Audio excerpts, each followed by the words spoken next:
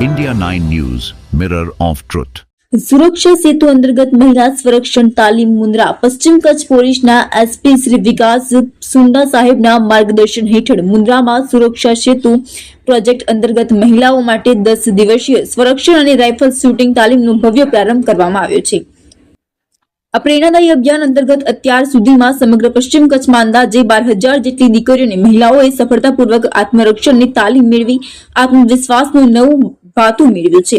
તાલીમ આપનાર નિષ્ણાંત કોચ તરીકે સુરતના જાણીતા જુડો પ્લેયર અને સેલ્ફ ડિફેન્સ ટ્રેનર વૈષ્ણવી પ્રજાપતિ તેમજ નિર્મલા મહેશ્વરી બહેનોને શારીરિક અને માનસિક રીતે સજ્જ કરી રહ્યા છે। આ સરાહનીય કાર્યક્રમનું આયોજન યશ ફાઉન્ડેશન દ્રબ અને એજ્યુકેશન સાર્વજનિક ટ્રસ્ટ મુન્દ્રા દ્વારા મુન્દ્રાના ઉમરશાહ બાવાવાડી ઈદગાહ ખાતે કરવામાં આવ્યું છે।